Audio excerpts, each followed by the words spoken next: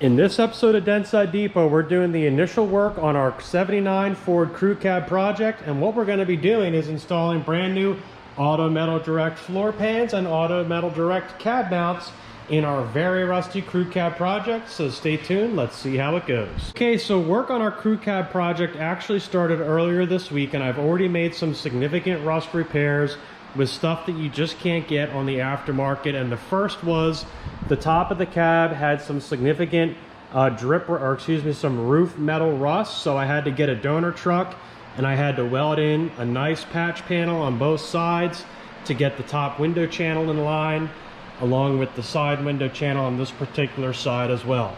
Now, I was really surprised once I got into this truck. I found that it had almost no structural rust at all. Now, I know you're looking at this truck and you're thinking, well, geez, the floors are completely blown out in the front. But here's the thing, it doesn't really matter. If there's just a little bit of rust or a lot of rust in the front floors, you're replacing the floor pan anyway. So really having a lot of rust just means you're gonna have less work in the front. What matters is structural rust, and you can see this truck does not have any structural rust at all. It's actually really good all along the rockers and everywhere else.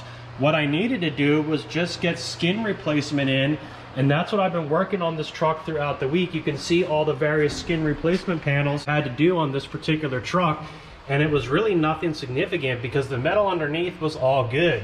You can see we had a little rust here, a little rust here in the bottom corner that's now replaced, and really all around this truck was in really good shape. Actually, the worst part of this entire truck was this outer skin right here that I really needed to fab my own panel for because no one makes that particular part.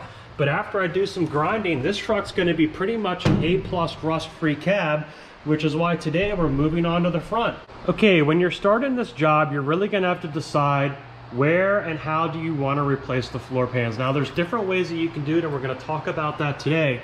I have an extra additional step that I need to do here today because you can see my HVAC box in this particular truck definitely was having probably a leaking heater core, and it absolutely blew out this entire bottom section. Now, this could be a real big pain to fix if you don't have a patch panel, but fortunately the freewheeler gives again and I have a patch panel out of that truck. So the first thing I'm going to do here today is we're going to cut out this particular section. We're going to drill the spot welds out for the cab mount, and then I'm going to butt weld in this particular panel to get that rust free before we go on to the next step. Now, when you go to remove your cab mounts, the first thing you want to do is mark it on each side so you know exactly where it's going to be. Obviously, that's going to be a little bit of an issue for me here today because I'm going to be removing this entire part of the firewall. So I'm going to be using a different truck to help line up my first mount. But before you remove one, you want to mark both sides because they need to be perfect. Okay, and I now have the firewall done, and wow, that was definitely a lot of work. It took me the entire morning and into the afternoon here to get this done. But you can see this piece is now grafted in, and it has to be perfect right here because, of course, there is a seal for the HVAC box. Went and checked the measurements, everything is good. And now you can see what you're going to have to do, and we'll do this on the next cab mount as well, is you have to drill out the holes, or excuse me, the spot welds where the cab mount is in order to drop it out. Same thing with the floor, but I was cutting out my entire floor anyway, and really I was cutting out this piece, so I just sliced it on both sides and it dropped out. But getting this aligned and perfect was definitely a lot of work. But now you can see we're ready to insert the floor pan. Now, I did run into another issue on the rocker panel. Unfortunately, the metal right here was bad, so I had to make a piece that was about 1 foot long to get into this part right here, thicker gauge metal, but now that's ready. If your piece is all rusty right here, there's no reason to proceed with a rusty rocker panel because you're not going to be able to weld to it. It's just going to fall apart and it's going to rattle and the floor pan's not going to stay in. So if you have a bad rocker panel, you need to take the time and fix that. That's really an easy fix compared to what other pieces are for sure. Now let's take a look at the inside here and what this looks like. So going up the rocker panel, the floor pan is sitting on top of this piece, and it's sitting on top of this piece, and then it stops right here. At this point, it's from the factory, it's 90-degree bend, and it's spot welded to the side of the cab. Now, we're not going to be able to do that with our floor pan because the replacements, they stop right here. They don't bend over.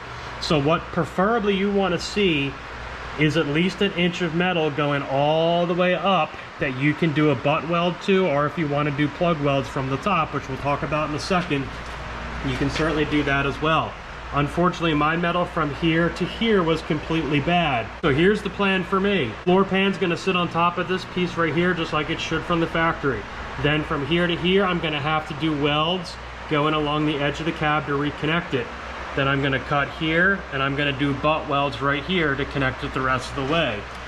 Up at the top, same thing. I'm gonna be doing a butt weld all the way across and all the way down. And you can see we have some bad metal right here, so we want to go up as high as we possibly can. Now when you put these floor pans in, you have two ways that you can do this. The way that I was just talking about, where I'm going to be doing a butt weld all the way around, which is definitely the more difficult and time-consuming process, or you can just punch holes in your floor pan, drop it down on top, buzz some metal, and just do some plug welds and call it a day. Really, what it comes down to is how nice do you want your truck to be when it's done, and what is your skill level. If you don't care what it looks like and your skill level is low, then you want to drop it in and just do some plug welds and call it a day. Cut out the bad metal and be done with it.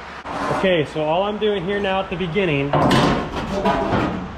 is I'm just dropping my floor pan in to start getting initial checks. You're going to be taking this in and out many times. All right, and I want to get it down all the way, and you can already see I'm not going to have enough. Oh, it might be very close. I might have just enough, but it's going to be very close. So the way I'm personally going to do this is I'm going to get this floor pan all the way down and settled, and then I'm going to use self-tapping screws. I'm going to pop the self-tapping screws in, then I'm going to make a little cut, and we're going to go all the way around with a little whiz saw so we know we have it at the exact perfect size. Okay, and you can see the floor pan is now screwed down to the original floor, and at this point I'm going to be making my first cut. So you can see where I marked it. I'm just going to be using a little whiz saw, and I'm going to cut all the way around here and then be flush right here and go all the way up. And you can see I am going to have some bad metal, so I'm going to have to weld in an extra patch right here. Not a big deal, but again, just more extra work on this particular truck because the rust was so bad.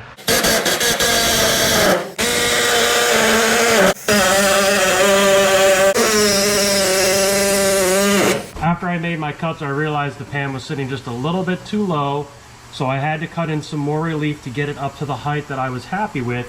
And you can see I started with welding in this corner.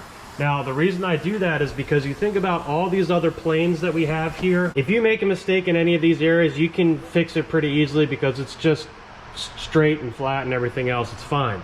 But if you miss on this part, you're pretty much screwed because it has to be exact in this area to match the body line of where the floor goes down. So that's why I like to start here, work my way out, and then work my way up. So I got this in, and it's not just going to go in the first try. You got to get it set and tap it and dolly it as you go along. And then I needed to provide more relief here, so I have a little bit of a gap for the weld to get into. So you can see how that gap looks now. And again, I had to cut this multiple times. I didn't just get it on the first shot. It takes some time to get it right. So now I can do this seam, and then I can start working my way up. And I'm running into issues here with this metal. You can see is in really bad shape. I do have a donor piece, so I may end up doing the whole floorboard and then get into this piece last. Okay, and we are making a lot of progress here on our floor replacement, and wow, this side has been one of the worst ones that I've ever done. It placed this little panel right here, which you saw. Now I wanted to explain how I do this bottom portion right here. The way I do it is I take a marker and I follow the body support structure and I mark it, and then I just take a simple handbrake and I fold it over, and then I cut it straight up and then make a cardboard template to get that particular piece set into place. Along your rocker panel right here, which we replaced the substructure of this rocker panel, you're going to be doing plug welds all the way up, and you need to make sure you get it really hot and get a lot of metal in there really quick. You can see over here on our trans tunnel portion, I had to replace a significant amount of metal. This piece is all replaced, a little patch right there. And I was actually able to fix the upper portion, which I wasn't anticipating that I would be able to do, but I got that fixed up. And then you can see how the top looks right here. And I did everything just as we said we would do it. It's butt welds all the way around, a little bit of butt welds right there, and then it's plugs going all the way down on this side. It's almost perfect. It's not the best job I've ever done on a floor pan, but this one was so hard to gauge where everything was going because I replaced all the metal everywhere. It's all brand new metal. So now what we're ready to do is install our cab mount that you can see here. Now what I've already done is I've already had it up into place and vice gripped down, and I've drilled out my holes where I'm going to do my plug welds and sanded it down, and it's ready to go. You can see the cab mount is ready to be installed, and you're going to be doing plug welds here from the top where you previously drilled out the cab mount itself. Now something that I like to do just to make sure that I have the correct measurements is I have a storyboard that I made that I can put up and check my measurements from side to side. So notice how I have not cut that cab mount out yet on that particular side, because that helps me align this particular side, and I know that I have it absolutely perfect.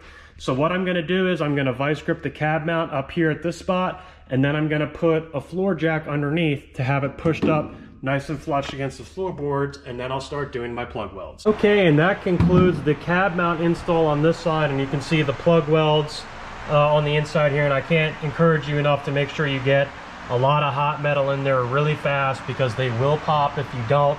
I was able to hit all of mine on the first try, which is definitely really good. You can see here, same thing, nice hot plug welds, a lot of hot metal real fast, and you can see how nicely the cab mount fits. Everything fits in perfectly just as it should. Another great install of Auto Metal Direct parts here with absolutely perfect alignment.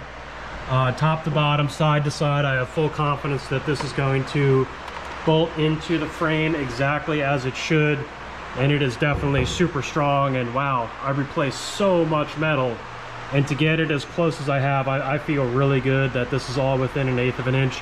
I'm going to flip the cab up on its belly after I get the other side done, and I am going to weld it, the floorboard seam, from the other side, so I know I have good penetration, because I want it to be a good strong weld for a really long time. So now I'm going to get this side done. I'll bring you back when the whole cab is done. I am now in about 1.5 weeks of metal work on this cab. It's been a ton. We're going to wrap it up.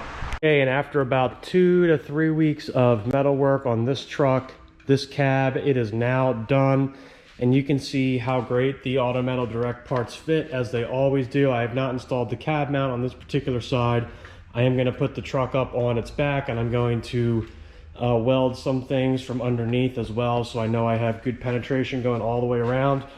But this cab is now rust free, and it was a ton of work getting everything into place and welded and corrected, and of course I need to sand down all the welds at this point. But the good news is this truck now is officially rust free. You will not find a speck of rust anywhere on this cab, because I cut all of it out everywhere and replaced every bad piece of metal that there was. No matter how small, I took the time and I did it right, and I replaced everything that needed to be replaced. Just have to add that one last cab mount in, and this cab is done after everything is sanded down. So with that being said, I hope you enjoyed this episode of Dentside Depot, getting my crew cab project completely rust free. Remember to like and subscribe, and keep restoring those classic trucks.